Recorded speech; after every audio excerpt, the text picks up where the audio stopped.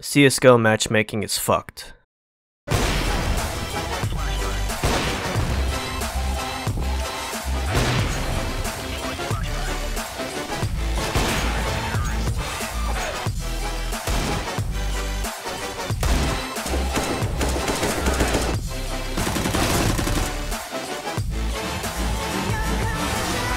You know, I really didn't want to make this video because I stupidly thought that Valve would have worked out these issues before I got around to addressing it.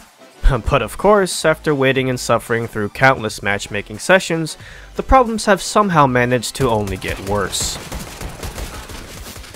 Now, before I get on my soapbox and start ranting and raving, I stress that this is just my opinion. As somebody who doesn't actually work as a Valve employee, I obviously don't know what's going on behind the scenes. And while I'll probably never actually be good at CSGO, I have played every iteration of this stupid fucking game for over 10 years, so I do at least have some experience in what I'm talking about. Anyhow, if you've had the unfortunate displeasure of queuing for matchmaking during the past couple of weeks, you've probably noticed a couple of things. Of course, more cheating, but most importantly, a huge increase in rank disparity between players of all skill levels. It's no coincidence that these problems magically got even worse ever since the introduction of Trust Factor over a month ago. Okay, so obviously cheating has and always will be a cancer plaguing CSGO's competitive matchmaking scene. You ban a couple of cheaters, but they just come back with brand new accounts, because honestly, who's gonna stop them? Anyways, I'm not going to go too deep into discussing the issues of cheaters because, quite frankly, I've made plenty of videos in detail explaining my displeasure at how Valve has been addressing the issue at large. So I figure it suffices to say that, in general, it would cost Valve more money to drastically curb the cheating epidemic, while it actually profits them to actively do nothing.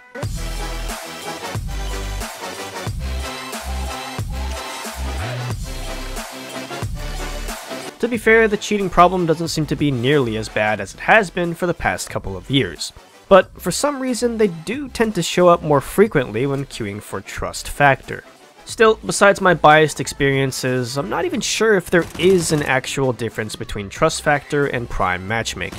In the past couple of weeks, I've queued for both at seemingly random intervals, and when asking my teammates which types they've queued for, I always seem to get a mixed answer. Now, I understand that Valve wants to keep the details of Trust Factor's algorithm a secret, theoretically making it harder to abuse, but because they plan on eventually merging Trust Factor and Prime Matchmaking into one service, who's to say that the current choices are nothing more than a placebo? Regardless, I have seen actual changes in matchmaking as a whole, but unfortunately, it's not for the better. Of course, I'm talking about the huge spike in rank disparity on all sides of CSGO's matchmaking service.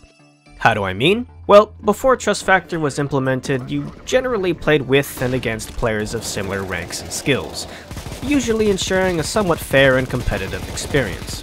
Naturally, while there was always a chance for the odd player being placed into a match way out of their league, it was usually reserved for instances where friends would purposely queue with one another knowing their rank disparity.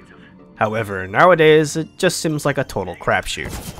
Who knows what types of ranks you'll be playing with or against? Base rank doesn't seem to mean shit. In other words, it's now more common to see a team made up of multiple ranks of 3 to even 4 deviations, rather than a homogeneous team within 1 or 2 ranks. For example, you'll have Globals playing with DMGs, LEMs playing with MG2s, and MG1s playing with Silver Elites, and so on and so forth. It doesn't even feel like matchmaking is still using a modified Glico 2 system. It's more like they just assigned numerical values to each rank, and so long as the sum of each team was relatively close, they said, fuck it, that's probably fair. Of course, that's just conjecture. But it honestly does seem like something Valve would do with just how out of touch the developers seem to be with CSGO as a whole. I shouldn't even have to explain why a team made up of the same rank will almost always beat a team full of drastically mixed ranks. But because even the developers don't seem to understand, I will. Okay, so for simplicity's sake, let's just assign number values to each rank in CSGO. So with the new matchmaking system, let's place a team full of legendary eagles against a numerically similar team full of mixed ranks. This seems about fair. So why is it that they lose 9 out of the 10 games when playing against each other on separate instances? Well, to put it simply, it's because CSGO is a fucking team-oriented game.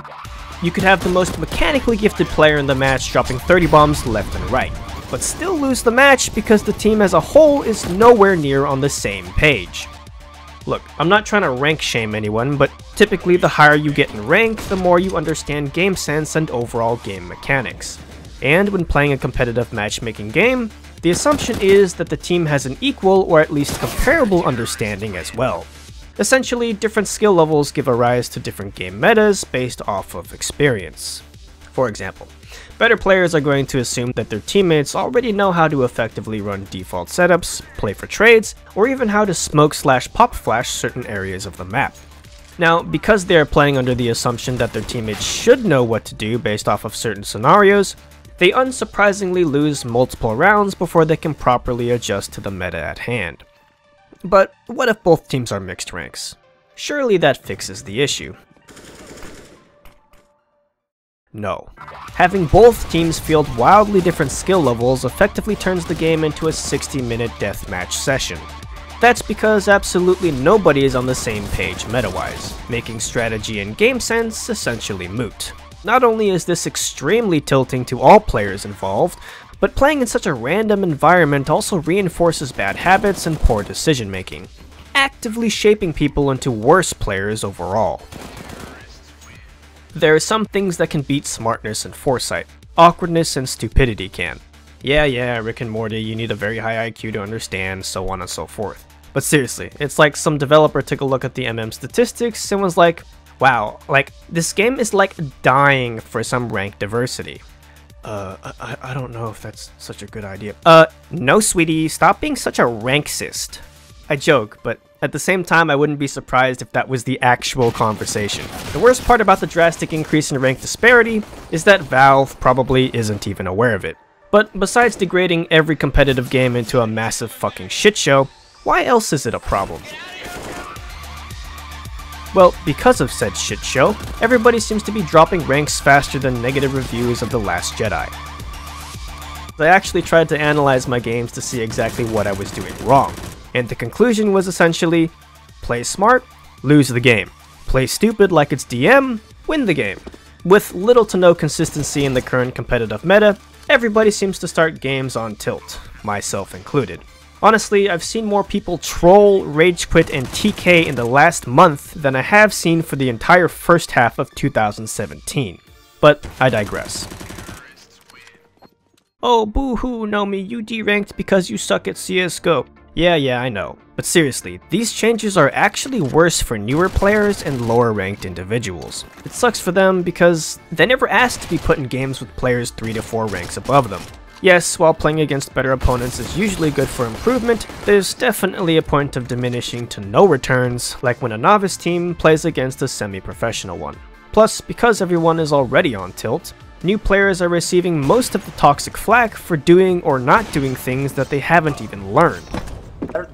They're hacking, dude, or some bullshit. I don't know what's happening right now. So, currently, the only way to ensure a somewhat fair and balanced team is to queue as a solid 5 stack.